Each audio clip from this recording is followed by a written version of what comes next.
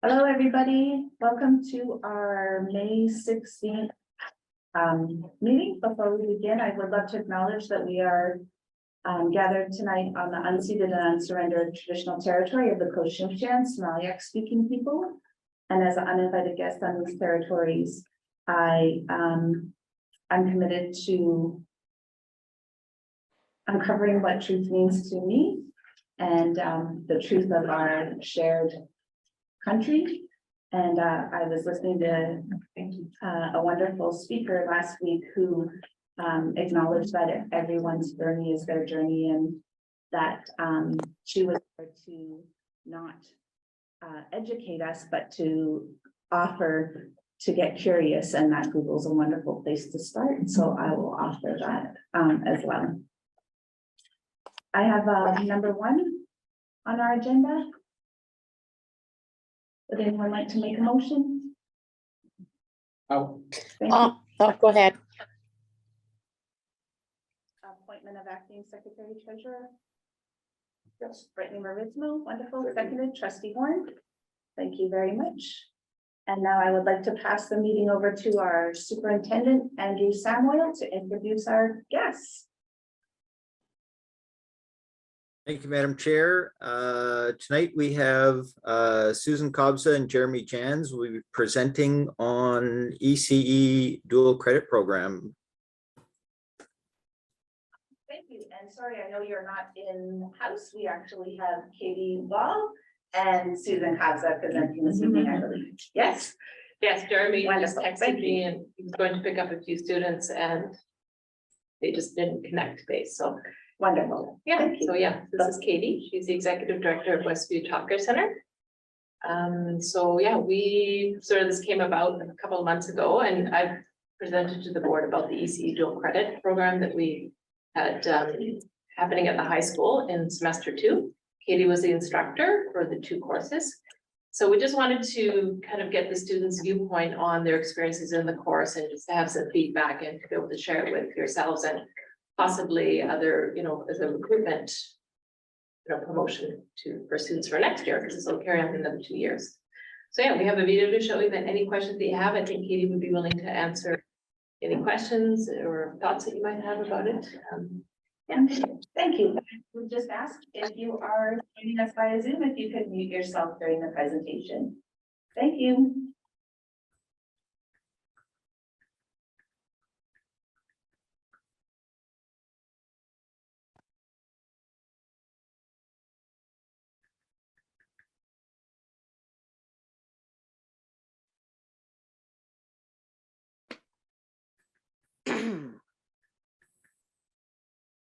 My name is Carrie Paul, and I'm taking the ECCE, the Early Childhood Education.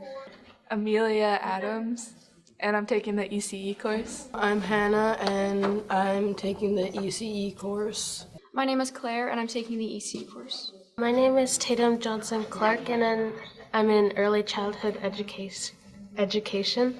Well, the main reason I got interested was the dual credit, like knowing that I'm gonna get credits for in high school and in college. And then when I got into the course, I realized it was important because I'm getting experience.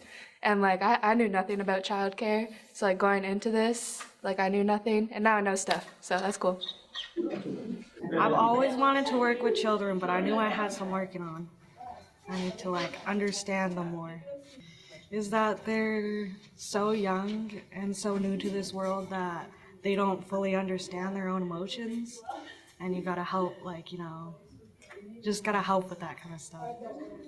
Let them know they're angry or sad or other stuff, etc. Well, first, I really like kids, and second, I want to work at the daycares.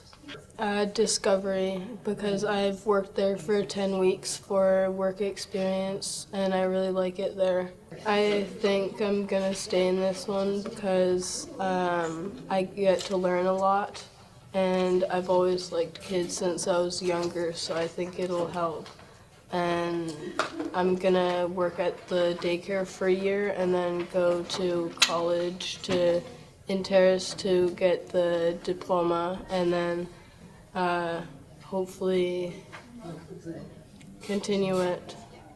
So I want to become a teacher, and I thought this course would help me learn more knowledge about kids and different ways to help them with certain difficulties, or just learn about more their behavior and what they need.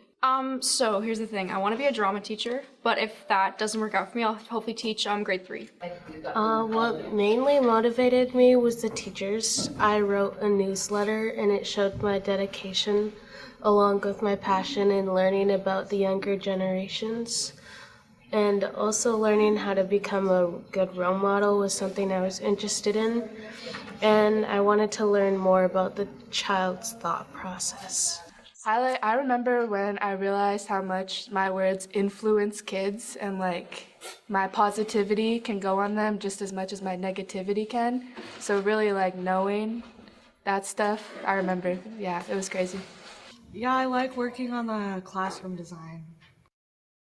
I haven't gotten too far, but I don't know. It's helping me like understand like the space of a child center more and how to set it up. I think when we went to our teacher's daycare center and seeing all the kids and doing different things with them, and when they were playing with the slime, I was like, oh, like this is so sweet. Like this is so nice. I was like, oh, like I want to do this. They're just like young, and they actually are so like, they view the world and they have no clue about anything that goes on around them. And being a role model for them, it can be really helpful. And they'll look up to older people like us. It's a good course. Like I knew nothing going into this, and now I know stuff and like about children and stuff. I guess I want to go to the college so that I can get more learning about it, but then I also might go to the Friendship House. Well, I just thought like with the EC course would help a lot with the teaching. So when I go to university, hopefully like when I apply, they'll be like, oh, she took the EC course. We want her in our teaching course. I kind of hope that'll help more. And I'm actually hoping to get a job at one of the schools here in town as an EA before I go away to school. So I'm hoping this course will also help me get a job, because I'm not ready to go away to school right away, and I thought this college course will also help me expand more. If, say, teaching didn't work out for me, I could go and be early childhood educator. I like that you can get credits for the classes, because I'm only in grade 11, and I thought that was really, really interesting.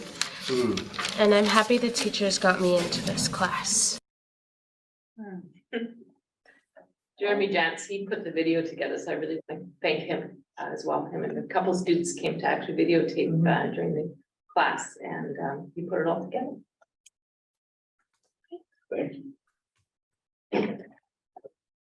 Questions or comments from the trustees? Trustee Pucci? I could tell that the students really valued the empowerment, and they talked about their confidence and practical application. But maybe you could see, were these students that way when they came in, or did they kind of grow? Yeah, they weren't like that when they first came in, for sure. Yeah, this is at the tail end of the second course, and yeah, totally watched their growth from beginning to end. Yeah, it was amazing. Yeah. Sorry, I have trustee Dalton and then trustee Horn. Okay, thank you. Thank you. I just wanted to say thank you. It showed their passion, and it's a brilliant idea. We're doing it again next year. Yeah, it's 4 years. Yeah. Thank you. Thank you. Trustee Horn?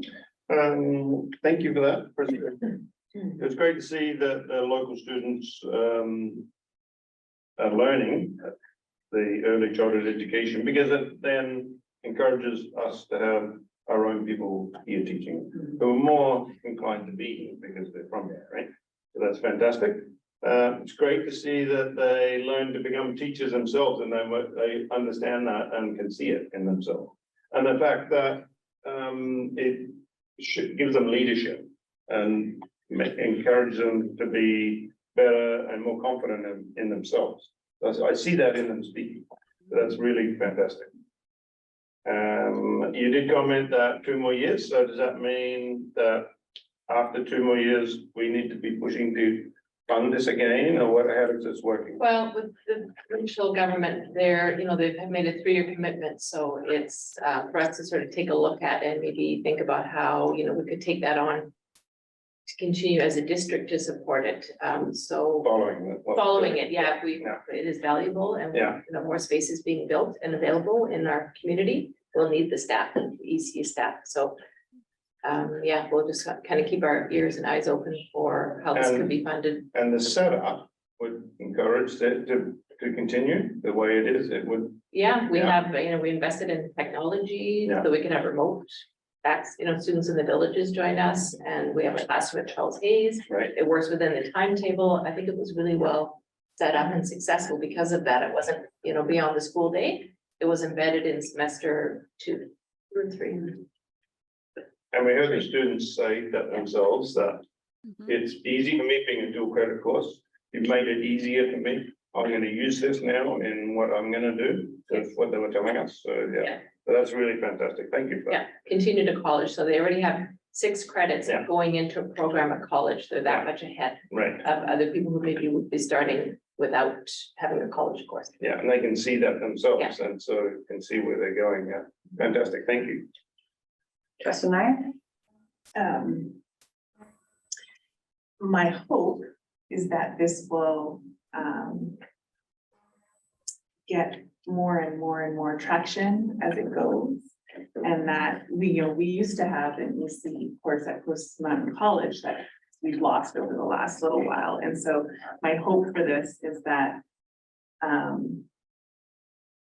as this continues, more and more people will sign up, and then hopefully we can then bridge that into Coast Mountain College, and that the course will be offered, because it's definitely something that's well needed, well needed in our community, and hopefully the students want to come back to Rupert when they're done, or to take it through correspondence, stay in Rupert, or, there's just so many. And if those kids are watching, it can be funded. Yeah.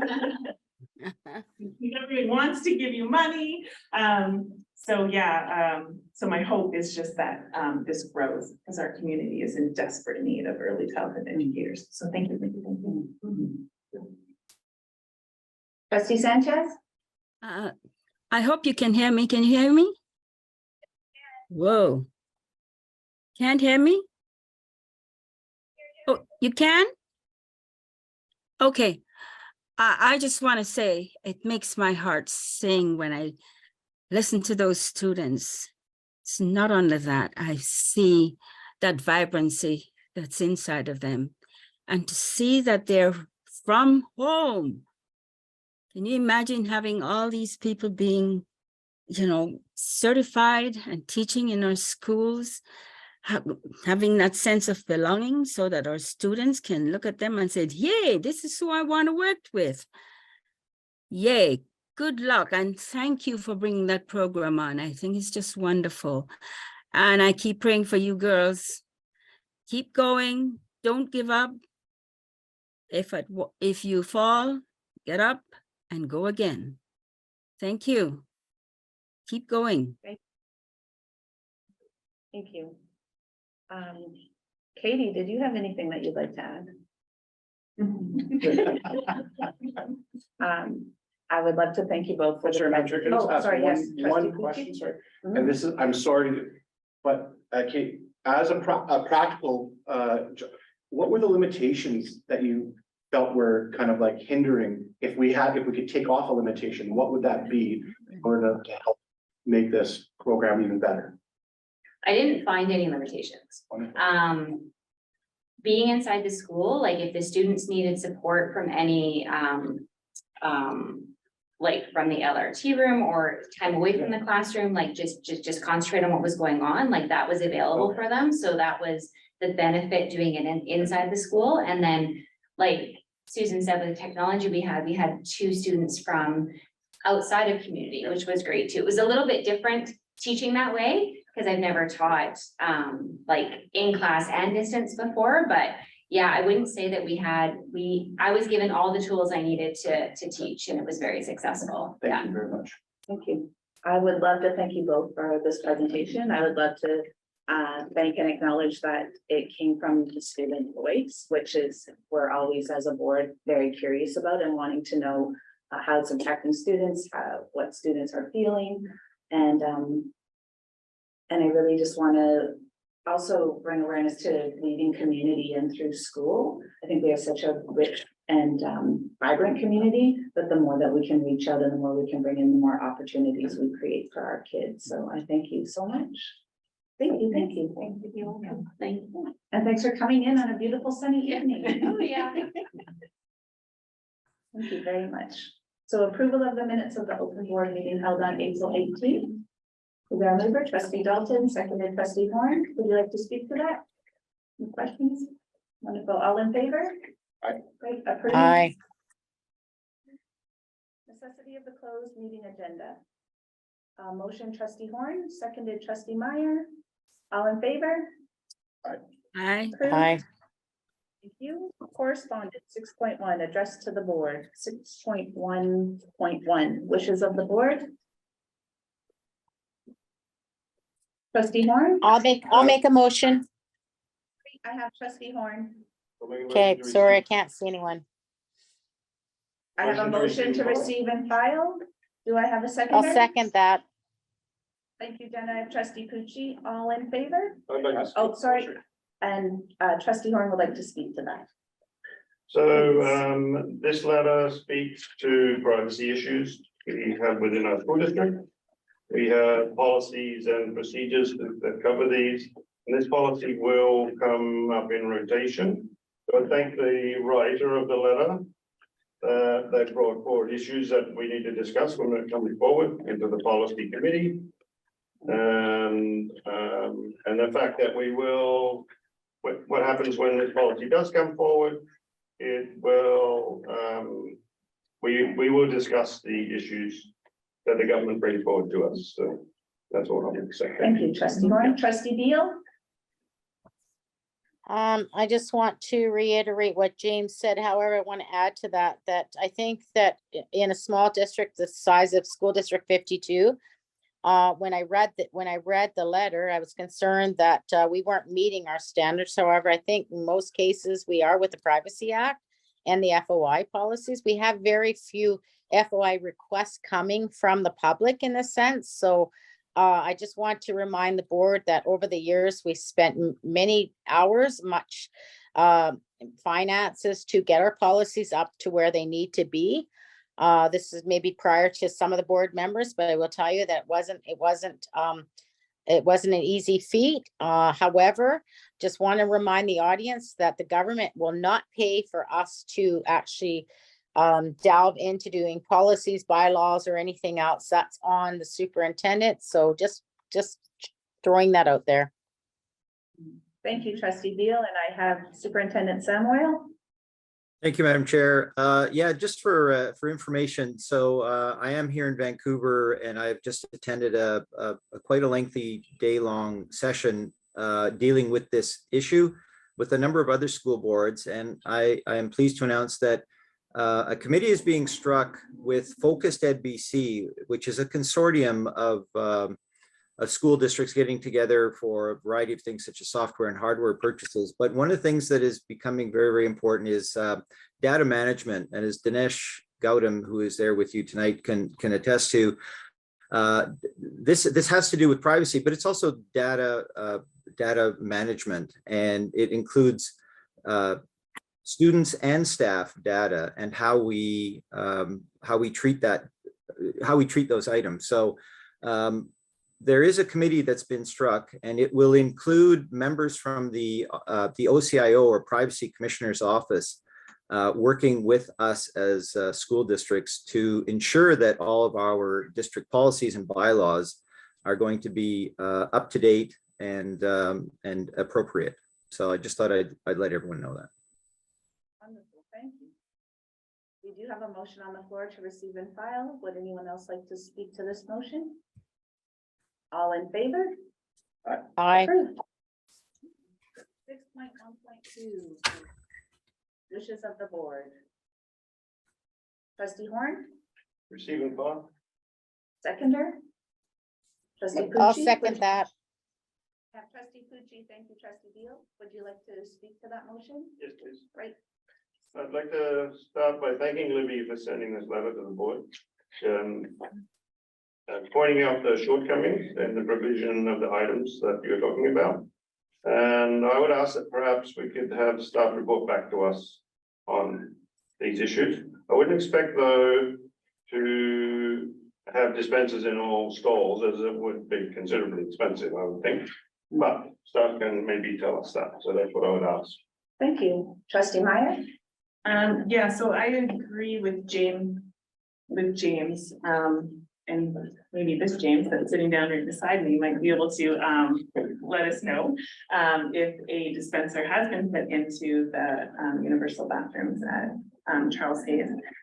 My other comment would be, I'm going to echo, the reader's sentiment on using products that are lower quality. I don't know what products that we're supplying, but as a female, there's only a few products out there that work and that are good. And so that is my 2 cents for that, but James is allowed to chime in on. Thank you. Are you comfortable? Do you know what we're speaking about? As I know you just, Okay. thank you so much. Sorry, So, put you on the spot. I'm actually ready for this.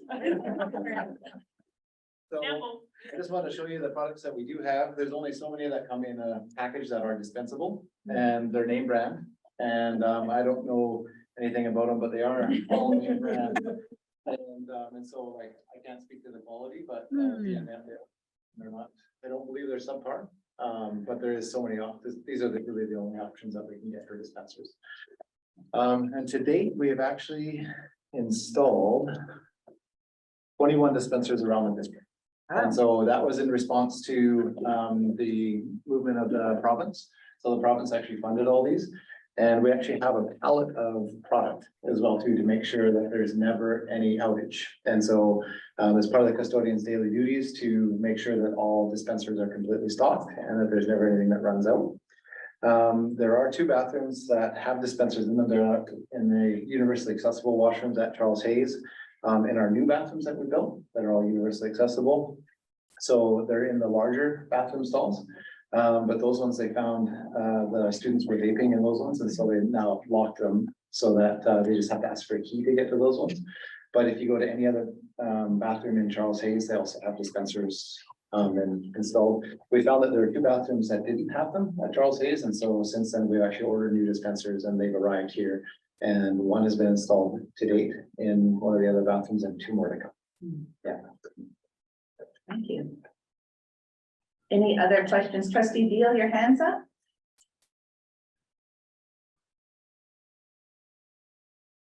Sorry, he answered my questions. Thank you.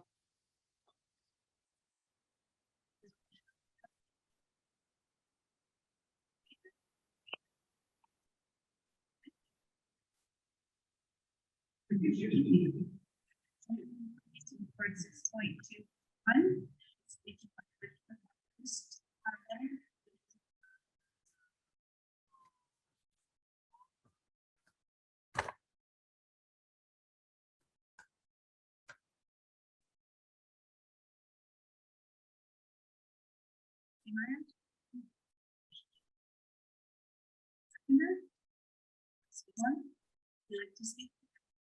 Sorry, Kate, we can't hear you now. All right, so we have 6.2.1 receive and file by trustee Meyer, seconded trustee Horn, and trustee Meyer is just going to speak to her motion. Yeah, I absolutely agree with the letter. I think it's been sent to the CSTA multiple times and it's been sent to the ministry multiple times. So that's why I just want to receive and file this one. Thank you. All in favor? Aye. 6.2.2. Trustee Meyer? I believe, oh, sorry, I'll make a motion to receive and file. Right. Seconder? Trustee Dalton? Would you like to speak to your motion? Yeah, I believe that this came up at our AGM and that we unanimous, I think it was, that we voted all 60 districts for support of this. That's true. Motion on the floor to receive and file. All in favor? Moved. Thank you. Superintendent of Schools report. Andrew Samuel. Thank you, Madam Chair. First of all, I'd like to review field trips with you. They are listed in 7.1.1.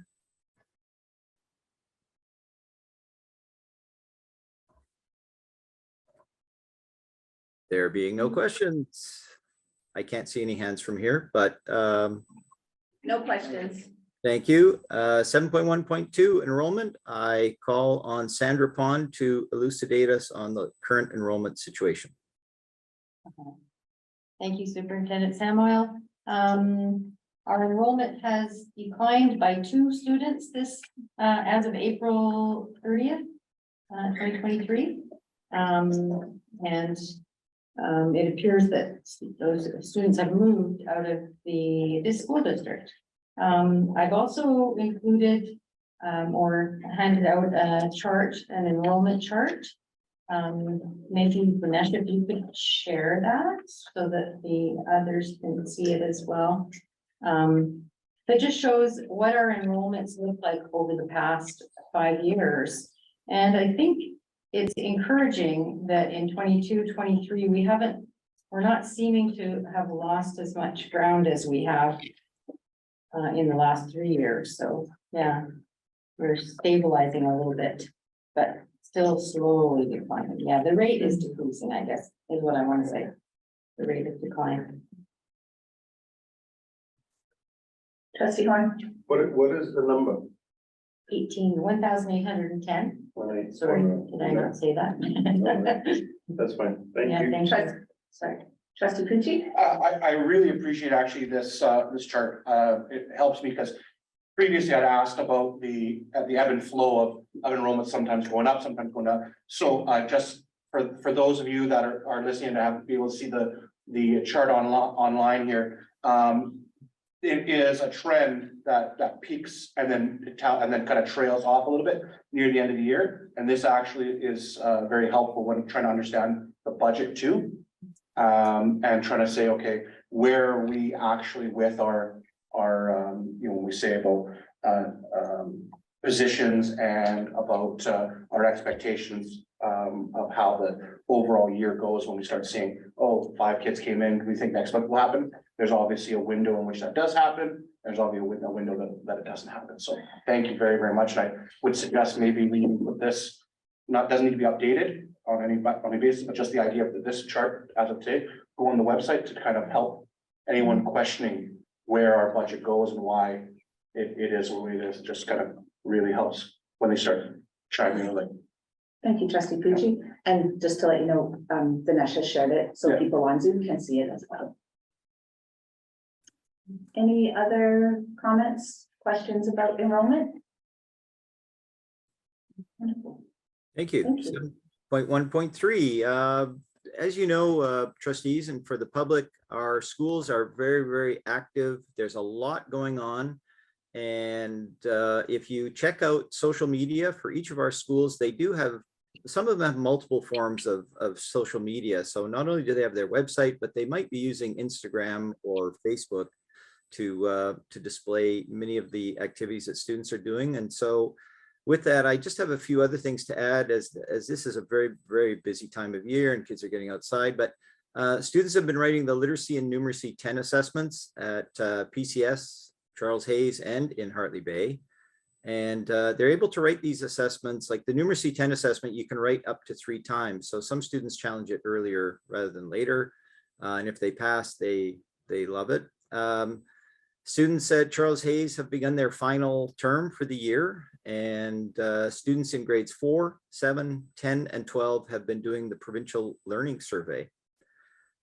Elementary wise, April was poetry month, and Pine Ridge Elementary had a poetry writing focus. Lots of poetry was displayed up on the boards for parents to see and guardians. Also, there were many activities happening for Earth Day. And Conrad Elementary painted wooden fish that will be displayed in the Seal Cove Salt Marsh. And students also went to the Oldfield Hatchery to release salmon fry. École Roosevelt Park Community School has raised almost $72,000 with the help of our community partners to create and help fund their outdoor classroom and gardens. And also for Indigenous education and early learning, we have schools are hosting Ready, Set, Learn sessions for 3 and 4-year-olds, and our Welcome to Kindergarten sessions for 4 and 5-year-olds who will be entering kindergarten next year. These are great opportunities for preschools and their families to start making connections with our schools and our staff. And of course, the best way to find out is to check our SD52 Instagram and Facebook accounts for details on any remaining meetings. And with that, the next part is, if there are no questions, I would turn it over to Roberta for the annual growth report for Indigenous education. Wonderful, thank you. And just before we do that, we have Trustee Horn. Thank you, Andrew. I've got a question. I'd like to congratulate Roosevelt on raising that money to get their program up and running. That is fantastic that they've done that and gone to all that effort. Yep, they very, very hard. Yep. Thank you.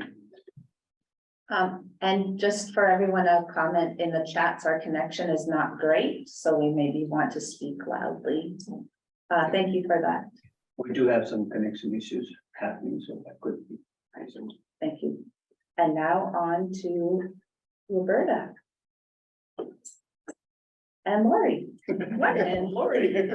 Thanks again. Here is a draft.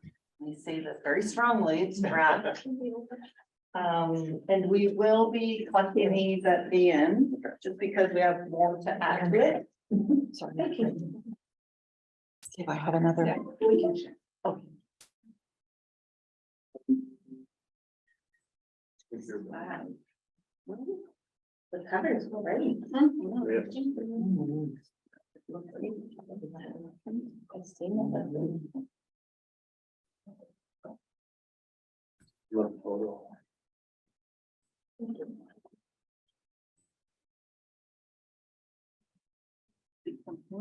know where to stand. I don't.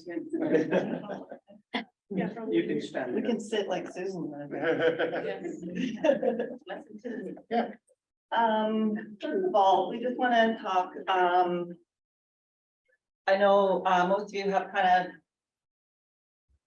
been looking over and reviewing the annual report for many, many years. For those of you who are new to it, so we have a partnership agreement with the school district, Indigenous education, and First Nations communities, and both unions, that we review the year before's data.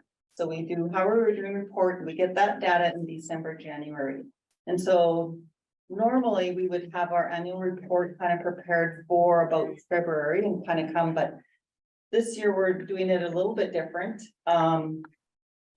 Because it's very confusing to kind of do it everything on the previous year. So what we decided that the data will still remain as previous years.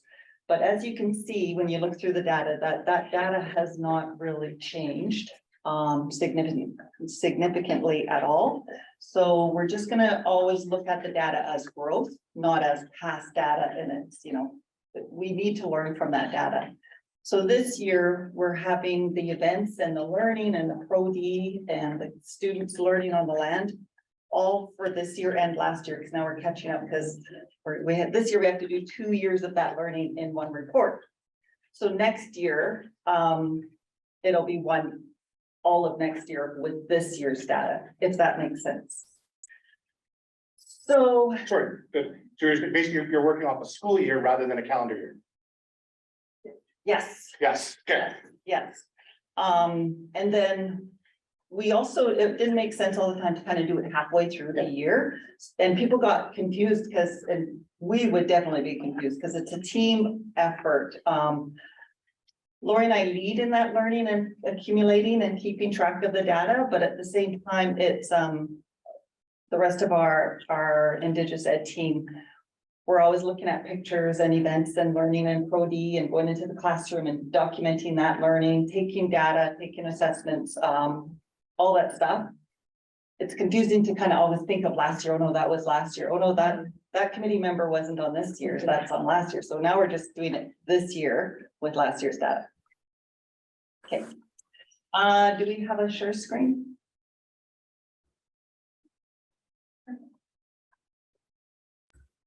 So we also apologize for those at home, the trustees joining via Zoom. Normally, we kind of try get the hard copy out, to be in your hot little hands, but this is kind of hot off the press as of 6:30, so. But, like I said, it's in draft, and once we get approval for tonight, we bring it to our Indigenous Education Council also. Where some of us are also part of that council, and we also get approval from the council, and then we do our final edits and suggestions and reorganizing a little bit, and then we send it to the press for everybody to share. And with that information has to be shared with staff, school staff, with district staff. We send it regionally. We also share it provincially with ministry. I'm gonna hand it over to Lori.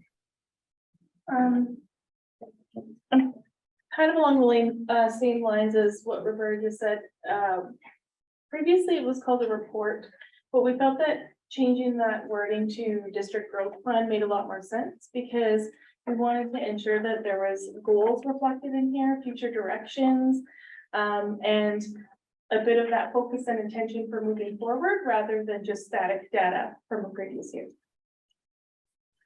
So what we'll have you do now is we realize there's not time to just read this entire document. So what we'd like you to do is just have a look throughout and just be thinking about the question here on the PowerPoint. How is this First Peoples principle of learning? Learning requires exploration of one's identity. How is that reflected in our annual growth plan? So if you can just have a look throughout now, and then in next slides, we'll actually look at really specific snapshots.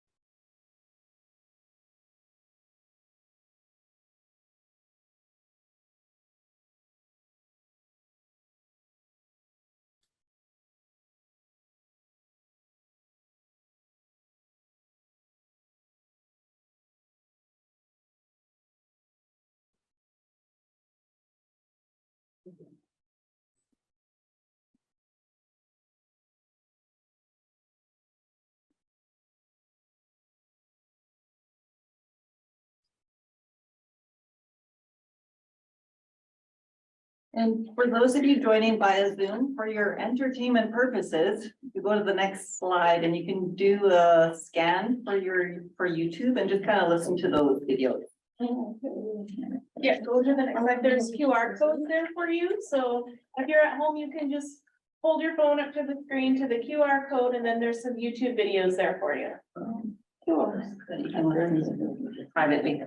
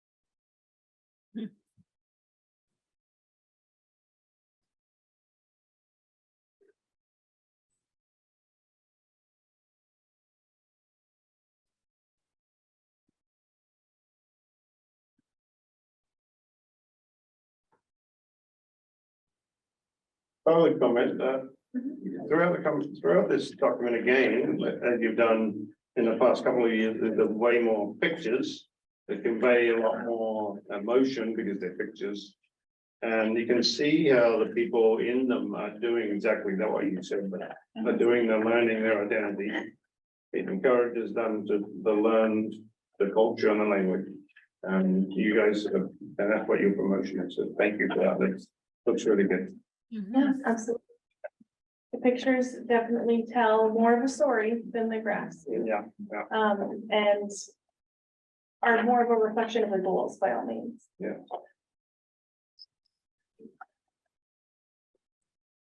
Does anyone else have any feedback about that question?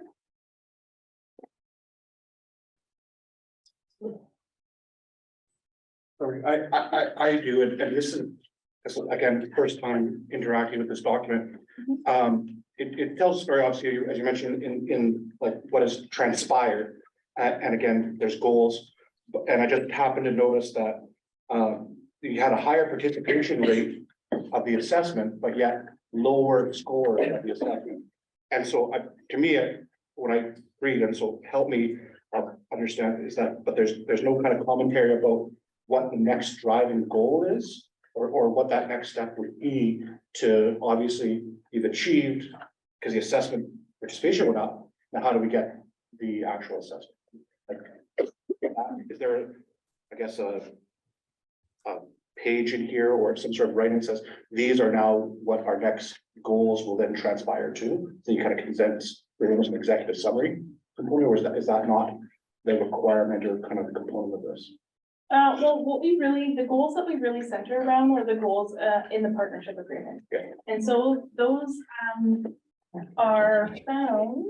Yeah, I saw that. That's why I say, so they're, but they don't have any measures. It just says we'd like to get to, higher, right? And so that's why I say it's not, they're not SMART goals, they're goals. And so that's why I go, if you're getting, how do we get to those SMART achievements, right? So that everyone can say, wow, because I'm going, the fact that you have more people participating, going, that's a huge thing. It was a huge jump. It was almost 50% of a jump. Now, potentially that may be the reason why your numbers of assessment completion is not there though either, is that we've got more people participating and answering that maybe last year didn't feel strong enough or that to, so that's why I was like, oh, that's where we want to delve into, is to try and understand that.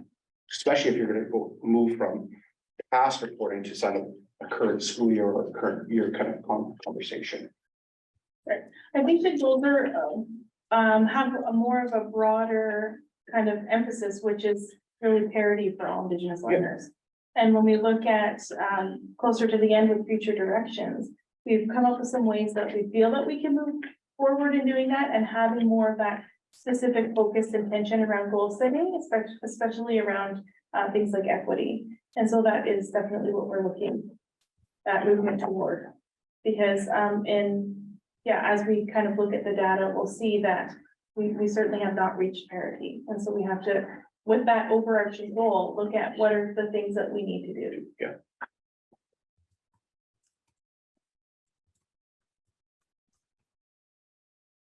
Any others? On this question? Okay.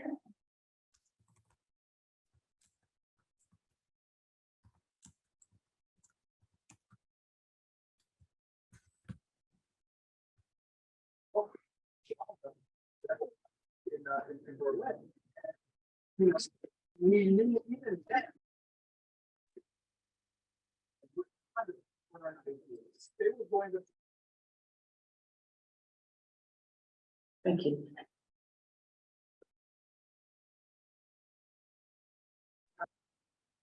I think once we start looking at, that's what we've like where the data starts. We don't have page numbers just yet because it would have been easier just to refer to page whatever, but we have to put everything in that we need before we add the page numbers. Otherwise it makes everything wonky in the formatting. So we just kind of flag where the data starts, but we'll be looking at data on the slide after the QR code, Dinesh. But and hoping, Mike, to your question in terms of definitely, we do need to have those goals, and part of our future directions on the last. That, yeah. Create a district.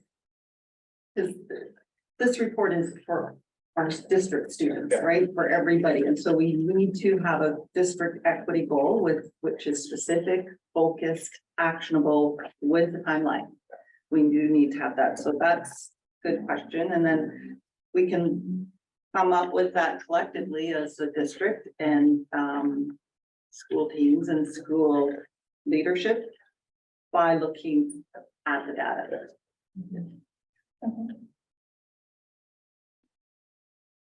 So the next piece that we'll have you look at is the grade 4 reading data. So right when you, where the flag is in your document, is where the data starts. And a couple of pages over is the grade 4 reading. So what we're looking at, just for the purposes of today, because this is really a lot of data to sort out, as you can see, is we'll just be looking at on track. So in the top, you can see that 43% of Aboriginal learners are on track. And then 59% of non-Indigenous learners are on track. And you can also see that reflected in the pie charts. So this is the kind of parity that we're talking about. And that was from the 43% is from a previous year of 56% for Indigenous learners. And the 59% is from a previous year of 63% for non-Indigenous learners.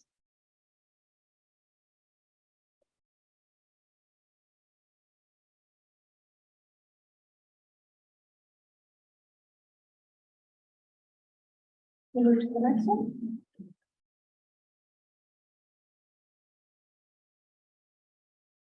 And the next one we'll have you look at is grade 7 numeracy results.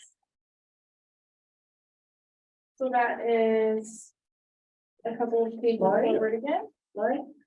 Oh, yeah, I think, Lori, it might be good to say that 2021, if you look at the number of participants, it's quite a bit lower, and that's because that was COVID. For the reading? For your, yeah, for the grade 4 and 7 reading.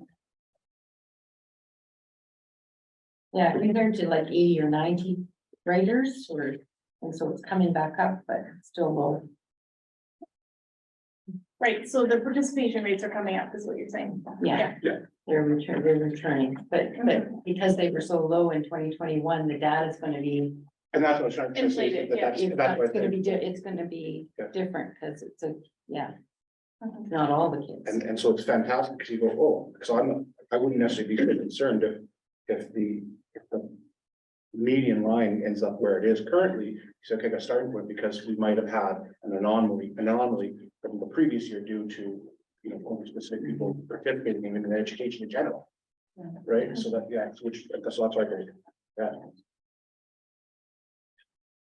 Yeah, could we also offer just something about reporting? We found it confusing the way that in some places it talks about the year and then in the same, like in the black font, it'll say the year, but then it'll say compared to the previous year instead of just using years. Yeah. So like consistency, We changed that on In our notes. in our notes. Thank you. I know, I couldn't wrap my head around the like, hey, 2021, 2020, like, no. Yeah, we're just gonna say from previous years, just to show that change. so it would say from previous years as opposed to comparing to the previous year. Yes, the previous year, thank you. And then like on the bottom of the page that we're working on, it has 2021 to 2022, but then it says 2021 to 2022. Oh, I see what you're saying, yeah, right. Right, so that's probably just a typo. Oh, right, yeah, thank you. There will be typos, I will. Of course, I get it. it. We get that, we get it. And just to talk about, like, I know, and it's a discussion that we do have. Especially during COVID, that the discrepancy for numbers and participation and the success rate or lack of success rate. It really says a lot about the impacts on Indigenous populations and communities and families, how COVID was on us. right? So COVID happened to everybody. So that isn't a thing that we kind of look at. We have to look at the equitable kind of discrepancy in there too. Yes, you can compare it against, say, something, a different data set from the, I'll call it generic school district, school base, and say, in comparison, this group doesn't necessarily match up or does match up to the general. Yeah. So you can say we're on par, we're not on par, it's back to that, the equity and inclusivity, a component to the future, right? And so, yeah. Yeah, there's definitely still the need for parity and,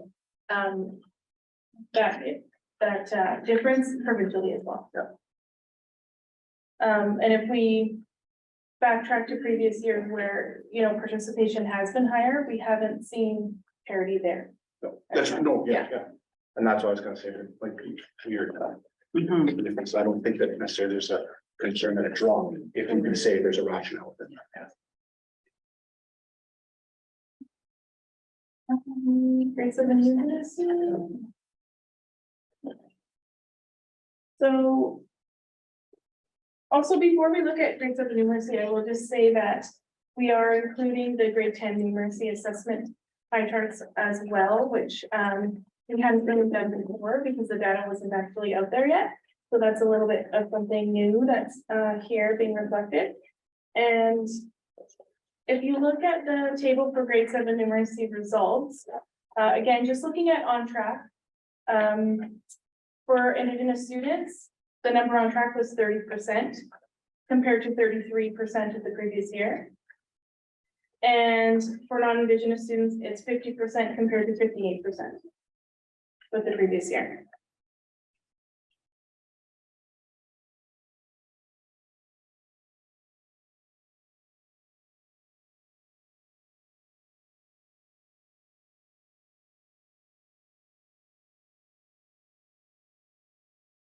And we'll move on to the next one. I'm trying not to go too fast, I realize that. So here are the 5-year completion rates. These are our graduation rates. And so you can see with Indigenous learners, we have 42%, compared with 89%. For 2021 and 2022. And then the previous year was 39% compared to 91%. And again, we can see that in that 5 years, the gap has remained. It's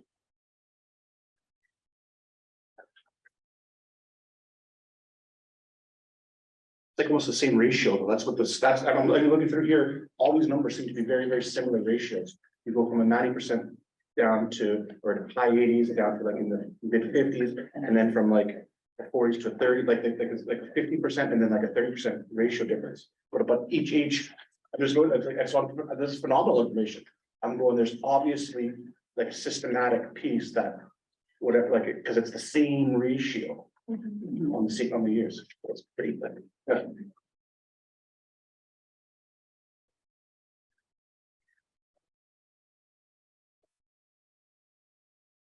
And to the next one.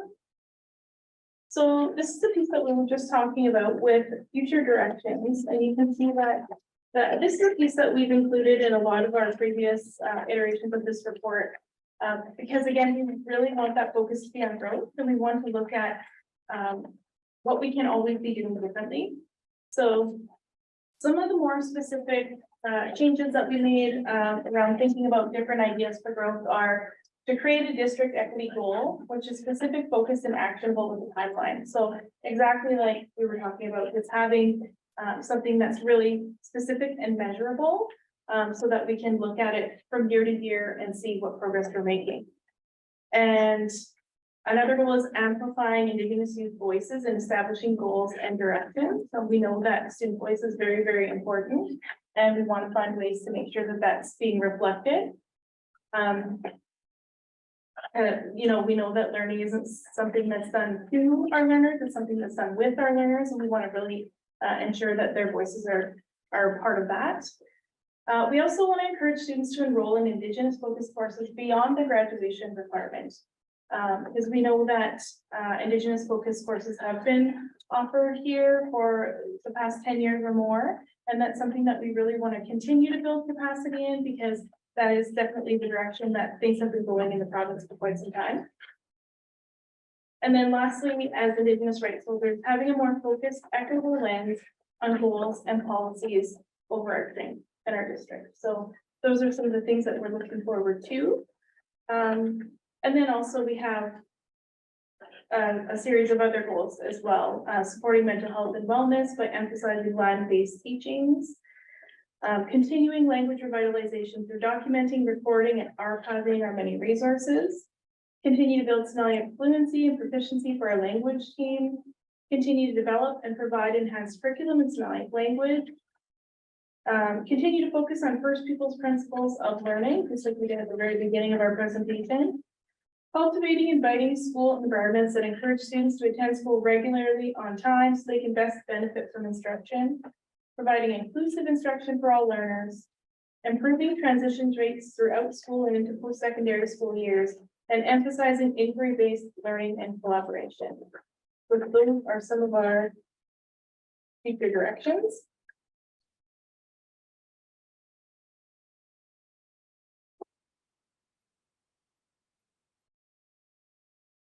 And Yeah, that's basically the report. I know, we kind of start out by looking at the story and looking at the learning and what we're all doing in our own learning.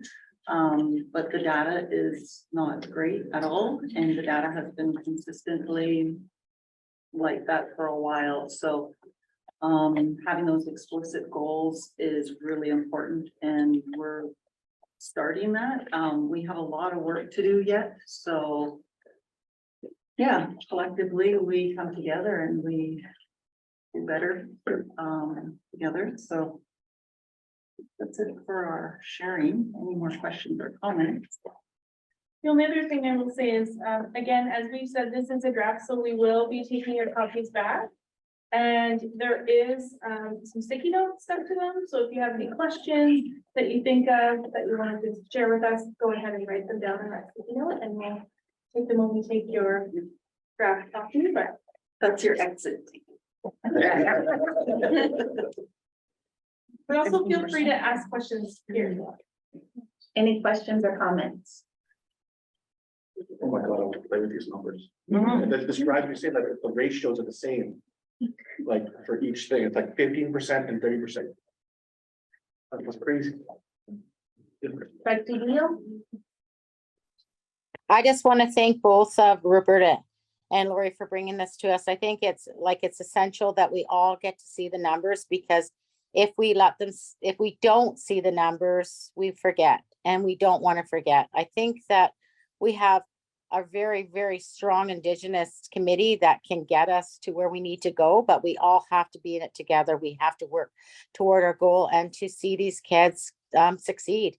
That's my goal. I think that's everyone's goal on the board, that we put our best foot forward. Thank you, girls.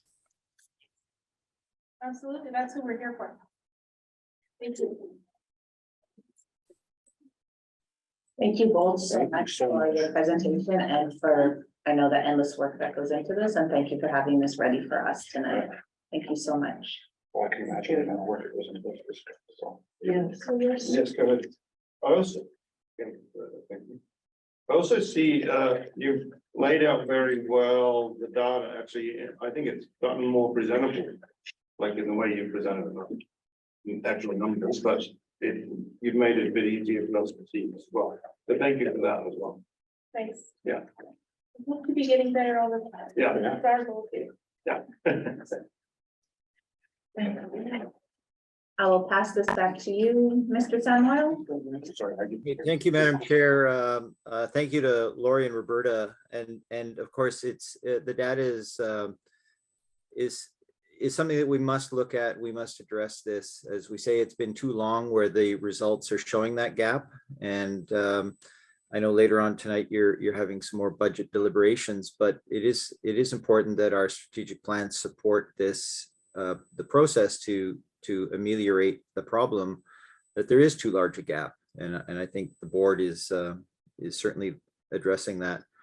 And the data is actually interesting and again, this is your lens tonight was to look at the data from the as reporting Indigenous education and how students are doing, but also you're seeing how non-Indigenous students are doing as the comparator. And that's the important thing, is that you're seeing both, and you're seeing the discrepancy between the two. So thanks to Roberta and Lori and all of her staff for doing this. And Madam Chair, that concludes the superintendent's report. Thank you so much. Secretary Treasurer report, Brittany Verissimo. All right, so in your package, starting on page 19, is the 2 regular monthly financial reports. And I will just open it up for any questions. Trustee Horn. Thank you, Brittany. I'm seeing the year-to-date deficit, operating income deficit, and the remainder. Are we gonna end out the year okay? That's Yeah. my question, basically. Well, it looks like it, yes. It looks like a yes, thank you. Just a reminder too, so the deficit year to date is just because the revenue received from the ministry is No, I mean, proportionate yeah, throughout the year. yeah. Thank you. Any other questions on the report?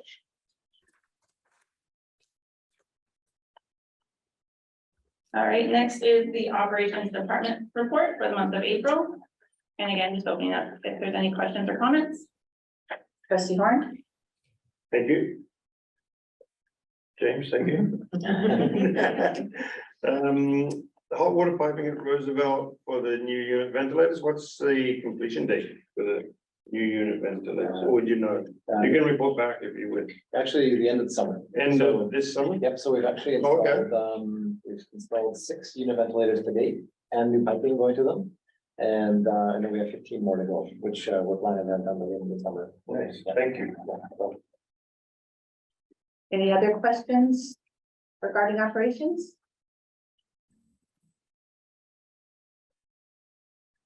Not seeing any. And next on the list is the information technology department April report. And again, opening up for any questions.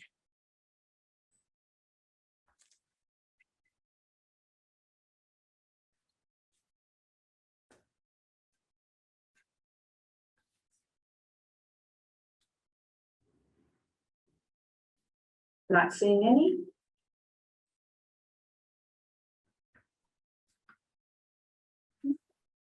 Thank you very much. Committee reports, Trustee Deal.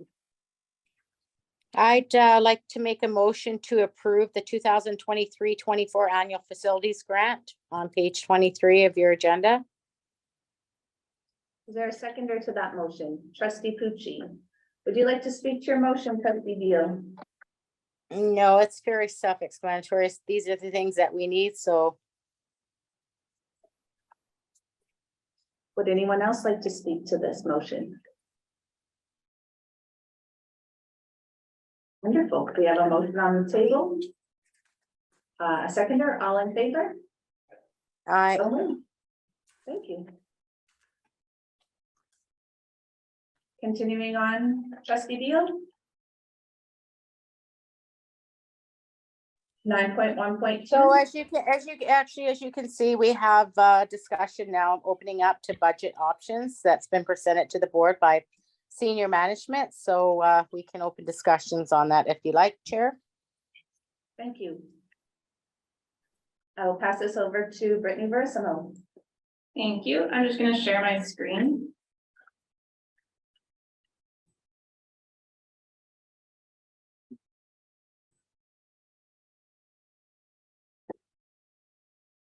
So this is a 2023-2024 budget scenario slide that you're familiar with. These are the same scenarios that we previously presented with the addition of 2 scenarios. On this slide, we have grayed out scenarios 1, 3, and 4 as the trustees seem to be more focused on the scenario 2 options. However, the other scenarios are still presented as they may still be discussed and considered. When we last presented the suggested scenarios on May 8th, the board had suggested adding another scenario option where we don't assume that we will receive $250,000 in funding from the ministry for the exempt and admin labor increase, and that we allocate $125,000 to contingency. We have called this scenario 2C, which is in yellow on this slide. By adding this $125,000 in contingency without adding any additional funding coming in, This will result in an additional $125,000 in reductions to be made compared to scenario 2 and 2A. Taking this into consideration, we have also added scenario 2B, as we believe this is another option the trustees may want to consider. This scenario 2B is in light red on this slide. Scenario 2B is in between scenario 2A and 2C, as it's a variation of both. It assumes that we will receive the $250,000 in funding from the ministry, and it allocates $125,000 to contingency. In scenario 2B, we are still adding to our contingency, but by only adding $125,000 rather than $250,000, this will result in $125,000 less reductions to be made compared to scenario 2 and 2A. In regards to the contingency amount, a reminder that our surplus policy number 7215 states that we are to have between 2 to 4% of the district's operating budget in contingency. In scenario 2A, this brings us to 1.3% in contingency. In both scenario 2B and scenario 2C, these would bring us to 1% in contingency. If the trustees were to decide on scenario 2B, and we didn't end up receiving the $250,000 from the ministry, once that information is known, the trustees can then decide if they would still like to add $125,000 in contingency and make additional reductions. From what we are hearing, it's highly probable that we will be receiving the $250,000 from the ministry. And I'll now pass this on to our chair, Kate Toy, to open this up for discussion by the trustees, and for the trustees to make their decision tonight on a scenario to provide direction to our superintendent, Andrew Samuel, and his team. Thank you, Brittany.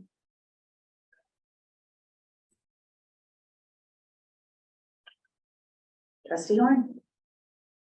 Thank you, Brittany, for adding those extra columns in for us. Especially after what we said the other day. I see that even by adding the extra 125,000 to contingency, I think we're going to hurt our ability for the students to get their reading and numeracy that we need to gain them the right foothold, especially after just reading that report, showing what we need to get done. I think this is really, really poor choice. And I think no adding to contingency at this point is a far better option. I don't want to lose any staff that by adding that extra money in when our superintendent would have the ability to cover that. So that's my statement to start with. Trustee Meyer, and then trustee Pucci. When I look at the scenarios, what jumps out is the scenario 2B. I know that nobody likes having contingency. Nobody likes having that balance, but like I said in the last meeting, every amended budget we have to cut. As long as I've been a trustee, so the last 4 or 5 years, we've had to cut because we don't have enough contingency. I just have a question too. So on scenario 2B, there's the access available. Would that then be thrown into contingency? Or is that just play? Yeah, so that is, so these numbers reflected on the bottom section, they're estimates right now based off of averages. Okay. So once we work out the actuals, that number just gives us a little bit of room, basically. Right. So I would be more inclined to do scenario 2B. And then come September, when we know student counts, what our actual student count is, so we know and that how our classrooms are and how our class composition is and all of that stuff, then there's nothing stopping us in September saying, hey, you know what? We really do need to go into our contingency and pull out 125,000 because it's just not going to work the way that we have it. It scares me not to have it come September, to not have contingency. So I'd be more inclined to scenario 2B. Thank you, trustee Meyer. I have trustee Pucci and then trustee Beal. I take a little more of approach of the flexibility that contingency allows us.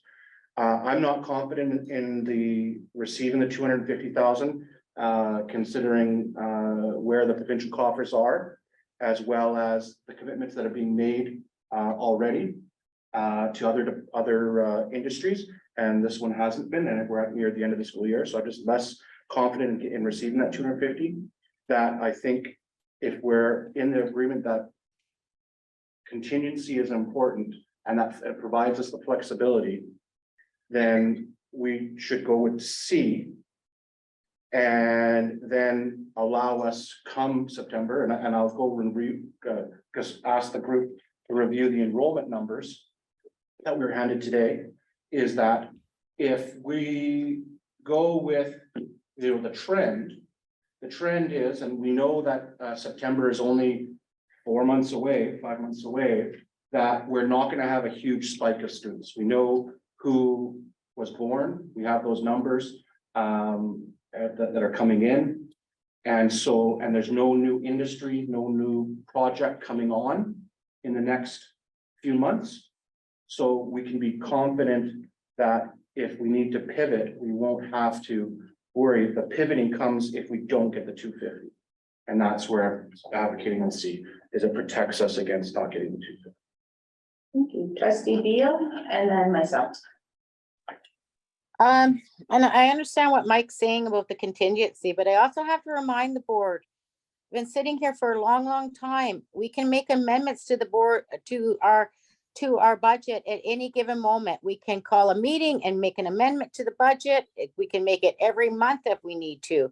So what I'm concerned about is when you put too much money in the contingency and we take away from staffing, we will put ourselves in a bad position. I'm always a person that like to have money for a rainy day, but I also have to be mindful that if what Brittany's saying, and I believe it is true, other school districts are saying we're going to get that money. If we don't see that money in the next 2 months, we can always go back to the table and amend our budget. But I'm thinking long-term here, and kids aren't going to get an education if we don't have the proper staffing in place. And that means if we're in the same position that some other districts are in, that we've got EAs teaching our children, that's not going to benefit us. So I'm not in favor of that. Thank you. Thank you, Trustee Beal. I would just encourage the board to look below look at the second part, right? Look below that line and what it means for cuts, depending on what scenario we're looking at. And I would love that we had a surplus and a giant contingency. And yes, a contingency allows us to go back. However, September might be too late to go back, and we might have already lost people from our district who have left, and Prince Rupert can be a difficult transition for some people who aren't from here. And if we already have our people here, So to think about what it looks like, all of those large numbers in that second chart looks like cuts, right? So whatever, and those cuts are what comes away from our kids. And so just to think about that as you're looking at scenarios. Trustee Beal, I see your hand again. Did you have another comment?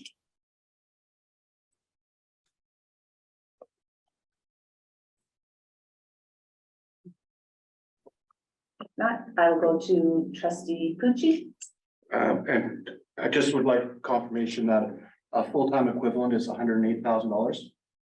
108. 1 week, yeah. Right. So that in my rough math, that's the difference between 2B and 2C ends up being 2 FTE.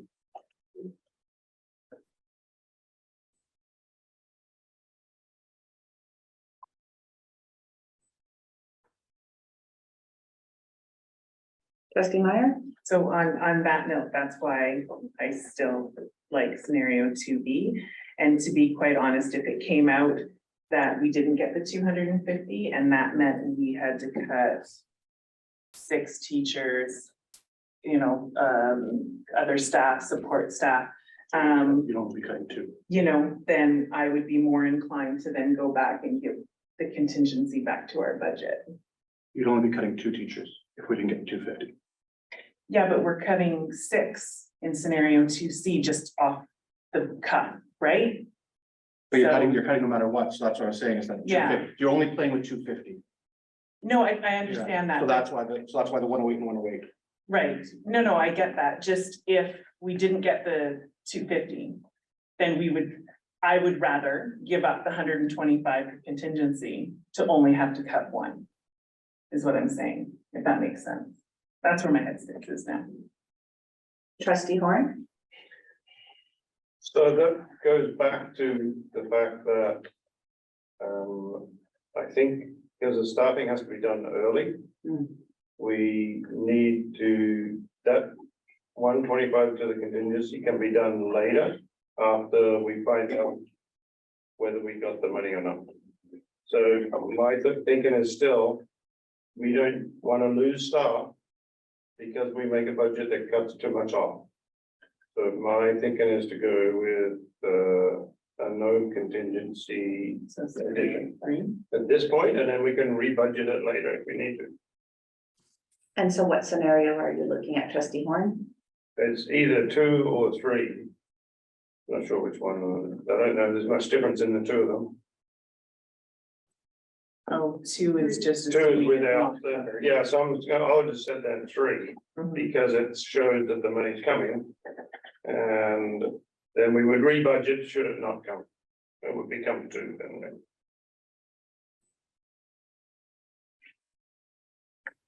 Trustee Sanchez or Trustee Dalton, did either of you care to speak?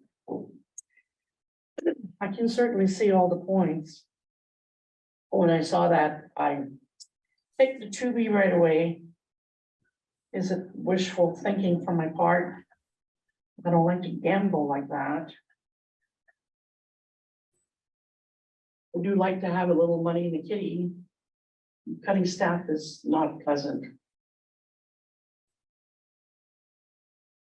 So I'm on the fence just like this, a little bit like that.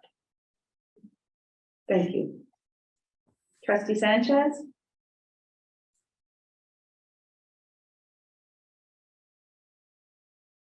She's muted. Can you hear me? You bet. Okay, I don't like losing staff either, but I'm looking at scenario 3. But because I don't have all that expertise in financing, it looks to me that, I don't know, for me, I'll like to go with scenario 3.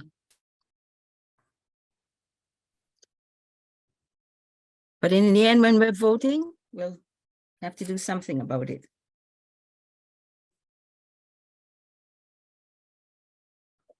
Trustee Horn?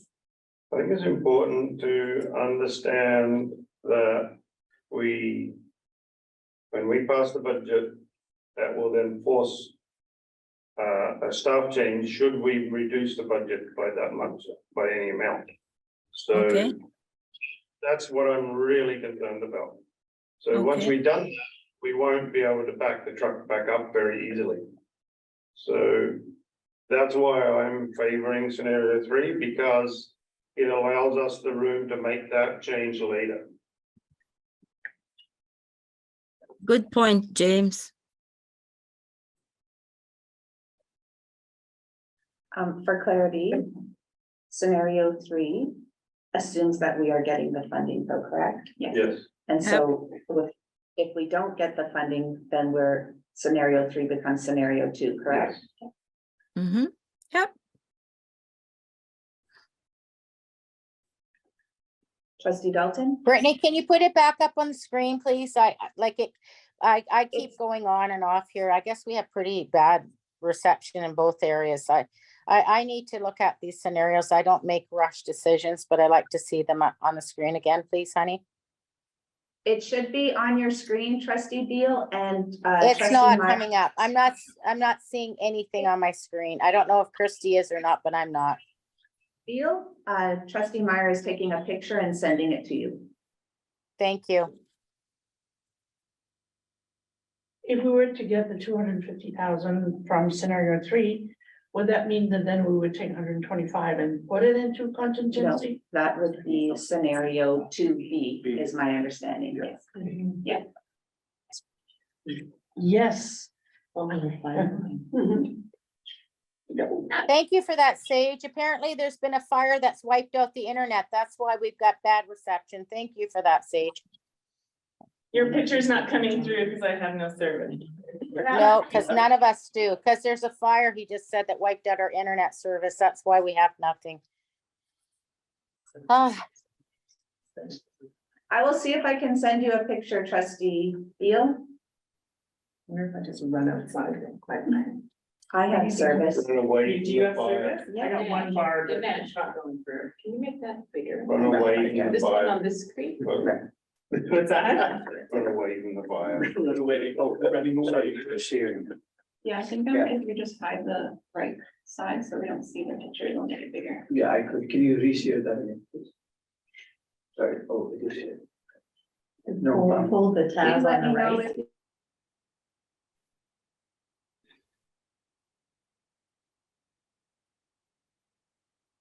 the people on the right hand side, if you just. If you pull the tab.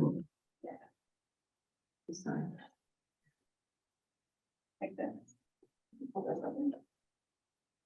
thank you. Got it all the way. Oh, there it is. Almost there. Janet, I also sent it to you. Thank you. I've got it now.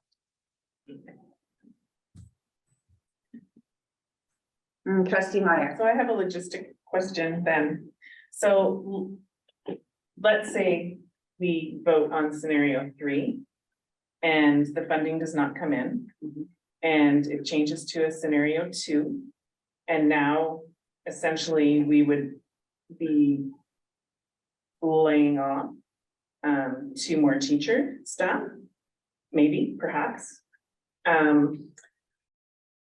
But we're not giving anybody notice now. And then this happens in September or August.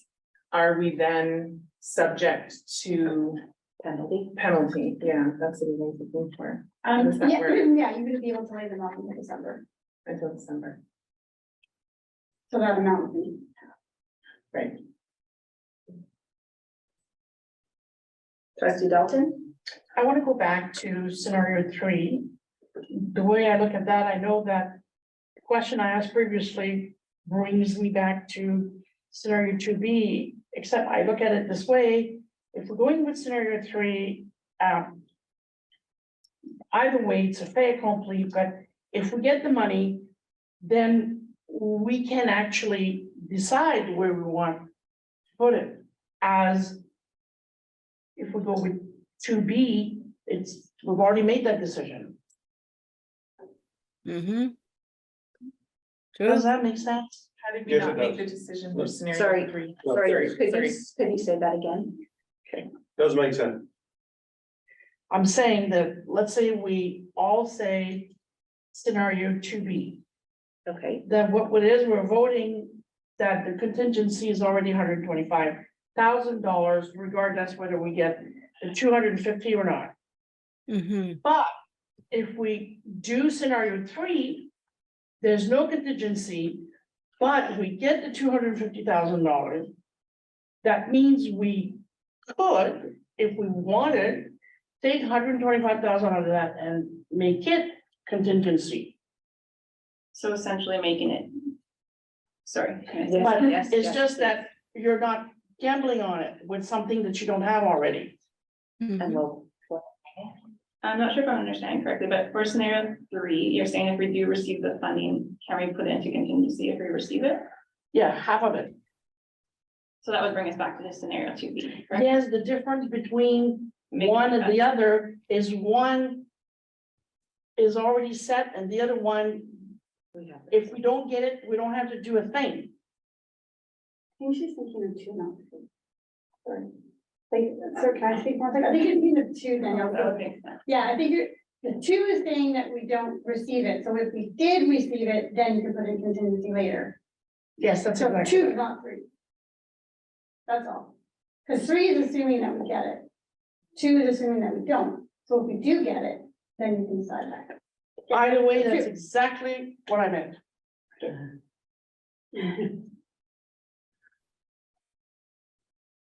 Oh, boy. Could you mute Louisa, please? Trustee Horn? But the problem with saying that there's then two is that that includes more cuts off the bat. That's the problem I would have. It goes back to the staff issue. Correct. That, so it needs to be 3 and not 2 in my mind, because I see us losing staff that we won't be able to replace. Should we go with option 2 over option 3? Does that sound right? Yeah. Yes. I'll just, yeah. Just a reminder for scenario 2B, if we did choose that option and we did not receive the funding, we can decide at that point if we do not want to put in the 125,000 in contingency. Thank you. Yes, trustee Beal? I'm supporting scenario 3.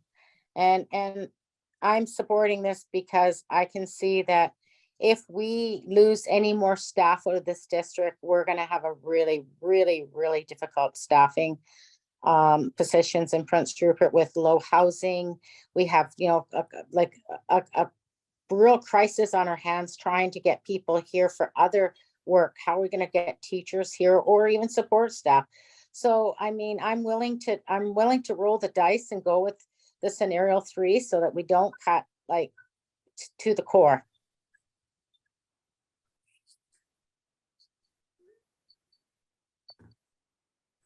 That's my decision. Thank you, trustee Beal.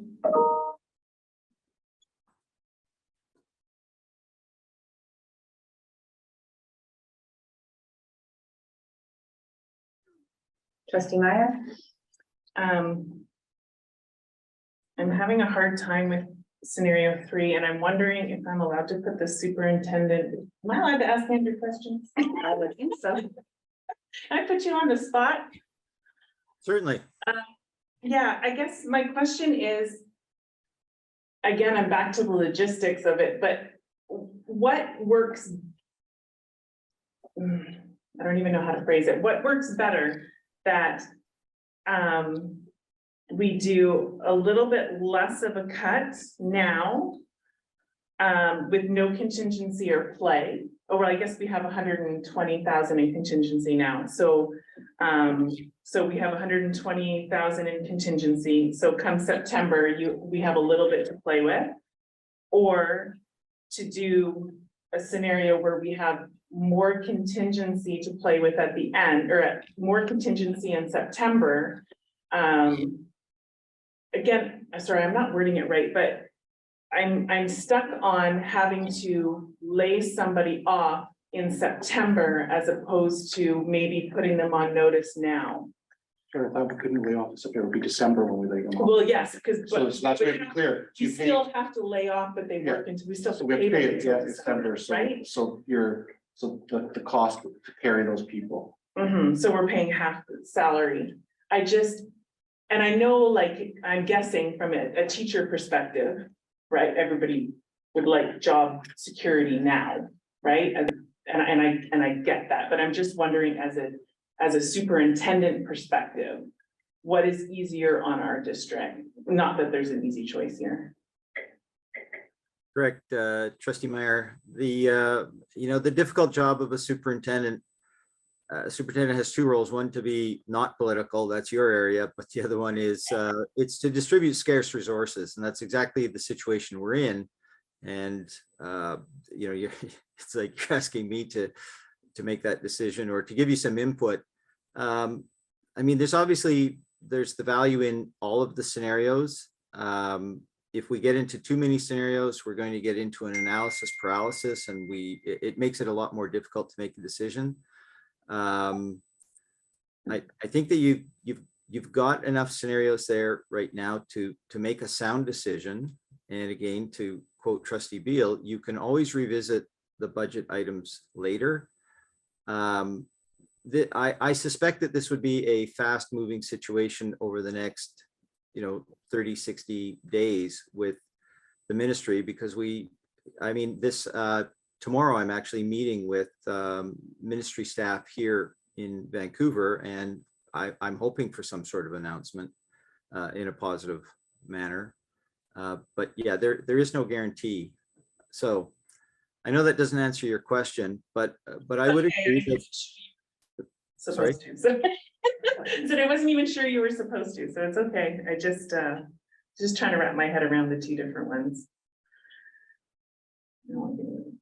Thank you, Andrew. Trustee Pucci? And just to put a number towards that carrying cost, it's $108,000 to carry those people. So it basically wipes out the 125 that you're, so you're not putting anything away.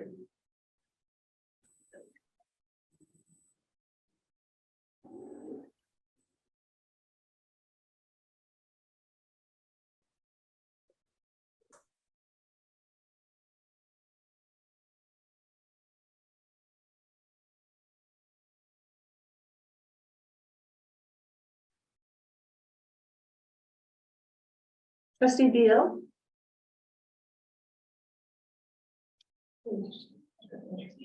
Sorry, I keep losing you guys. It keeps going on and off the internet, so. I just. Like I said, I'm always for putting contingency away, don't get me wrong. However, I gotta look at the staffing, I have to look at operations, I have to look at the different scenarios that's happening in Prince Rupert right now, and you know, I have to go with my heart, and my heart says that the government's gonna come through with the 250.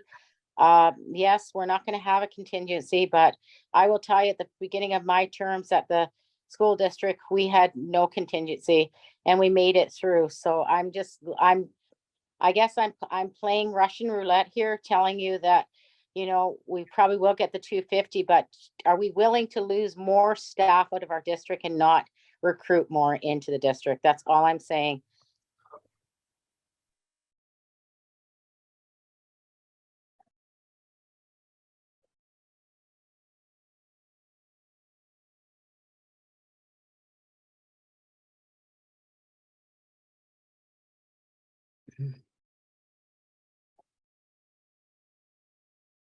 Trustee Horn?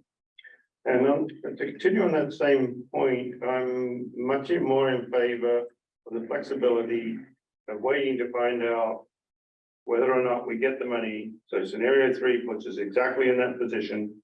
And we can come back again and change the budget after we find out the answer to that question. That's why I favor that. It's far better for our students and far better for our staff to do it that way.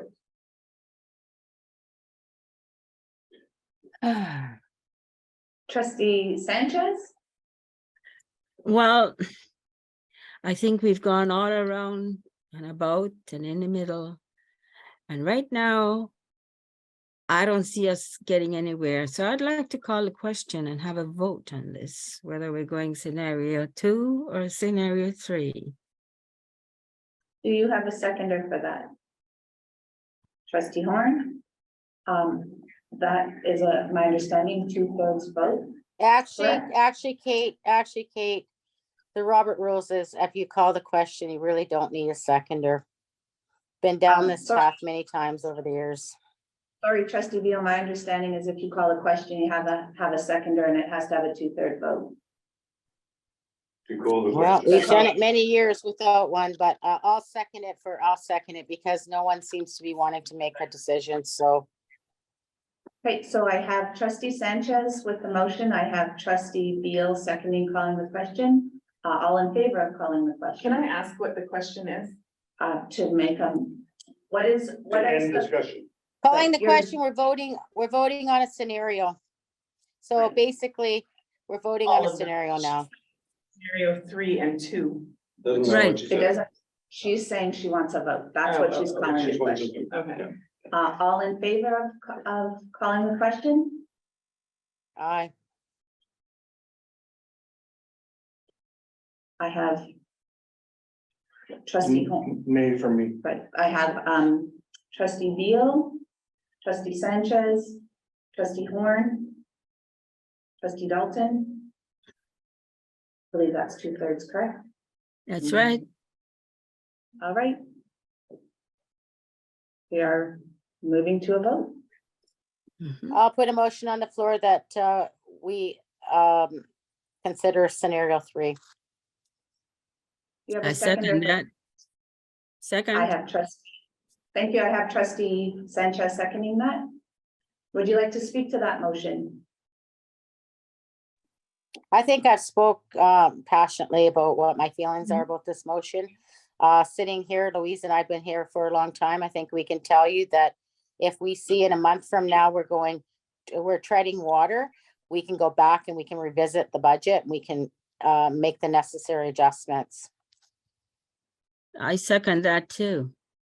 Thank you. We have a motion on the floor to accept and give guidance to staff to move forward with scenario 3. All in favor? Aye. 2, Aye. 4. So moved. Okay. Would you like to be noted as opposed? Yes, please. So noted, trustee Meyer and trustee Pucci opposed. Good. Thank you. Aye. Thank you. Thank you, everybody. Sure. Trustee Pucci? May I just ask a question of Michelle? When we can't lay off, when do we have to make the decisions? Like when, if the money doesn't come in, my understanding was by mid-June, then was that not, like there was a date sometime in the next few weeks? May 30th. May 30th. Yeah. So So basically. that's for teachers. That's for, no, that's right. So that's what I say. So the concept of waiting till September doesn't work because you have to make a decision by We can make cuts in other other things. things. That's right. No, that's right. But just so that, yeah. Thank you. Anything further? Brittany, thank you. Framework for enhanced student learning, trustee Horn. Yes, I don't think we've sat in the plan since the last meeting. Thank you. Provincial Council, trustee Meyer. Yeah, I attended the provincial council meeting at our AGM. We passed the budget. The budget did not change from the last time. I gave an update. Sorry, it did one change. The provincial council in February will be held virtually, which saves us money. They're using that money to do a day of advocacy for our board chairs to go to Victoria and talk with the Minister of Education, which I think is a fantastic idea for that money. So that was the change there. Everything else was good. Wonderful, thank you. Indigenous Education Council, we have not met. I believe we're meeting in June. Policy Committee, trustee Horn. Yes, thank you, Chair. I'd like to make a motion to approve 5240 childcare policy. Wonderful. Seconder to that motion, trustee Pucci, would you like to speak to that? No, thank you. Wonderful. All in favor? So moved. And the second part is a little different. The 60-40 annual board agenda policy that we reviewed at this last meeting. Turns out I couldn't find anywhere at any other board that has this policy. We have one part of our board agenda in this policy, and we have the other part of our board agenda in our bylaw. In our bylaw, first bylaw, I believe. If we came up with the idea that perhaps we could extinguish this policy altogether, and then our staff could incorporate the two policies like everybody else does into the one bylaw instead of what we do. So I think we need to have a motion. Maybe what I should do is have a motion to extinguish the policy, correct? Yes, do you have a Yes, seconder for that motion, trustee Pucci? Yeah. Would you like to And speak further to that motion? no, that's the idea is what I just said. What it does, what the annual, maybe I should, what the annual board agenda policy says, it lists out what you have in your meeting. And then in a bylaw for this meeting, it has lists out what you have for your agenda in your meeting. What everybody else does is they put one above the other. We just don't seem to do that. And so we have a policy wandering around doing that instead. So that's my thought of that. We have a motion on the floor. Would anyone else like to speak to this motion? Not seeing any, motion to, sorry, all in favor? Wonderful, so moved. Thank you. And no other business, and that's it. Wonderful. 9.6, trustee Warren. And we, I believe we still have not sat, the committee has not sat since the last meeting. It's being pushed back. I have but- it. It's in the package, April Oh. 20. Oh. Since you were there. You were there. Embodiment. Totally messed that up. I'm gonna go all the way through. Sorry about that. There we go. So the minutes are in there, if anybody has any questions. I thought it wasn't since the last meeting. Oh, you know what, because we did meet that within a couple days. Yeah, that's right. instantly, right? We've had a lot of meetings. Yeah.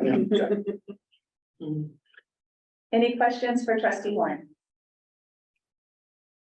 I would just like to note that I appreciate that the committee is discussing allowing students to bring their own devices, but also is discussing equity for students that can't do that. And also to, I would just add to ensure that there's equity in the equitability so that the devices that those kids are using are, I think what's important to keep in mind is that the big companies, Microsoft, Apple, all those big guys, are pushing really hard to raise the cost of running their equipment in the Yes. future. Right, and so we kind of thinking that we need a bit of a longer term plan that the committee needs to come up with, so that we don't get stuck all of a sudden finding that we can't afford it anymore. Right, so the committee is working towards that goal, but not done it yet. But the committee has reported, Dinesh has reported to us that that is happening, and he sees that coming. So. thank you, Dinesh. Old business, oh, sorry, any questions for trustee Warren or Dinesh?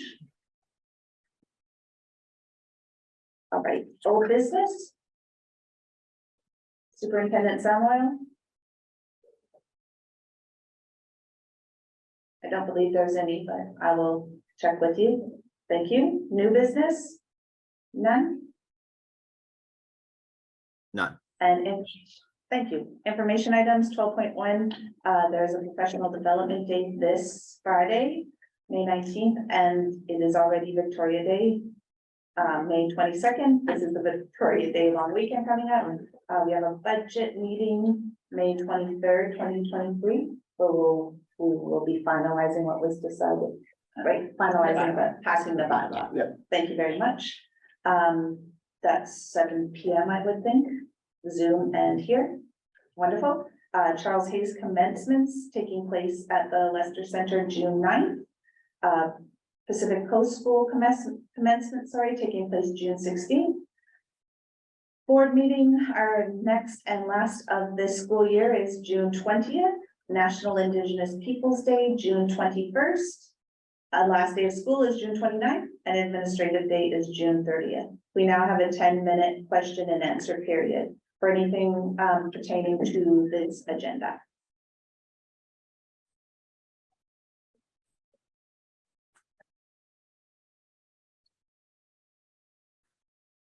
Question and answer period going once. Going twice.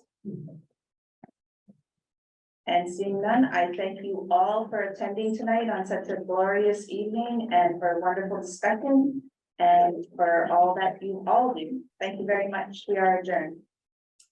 Thank you for reminding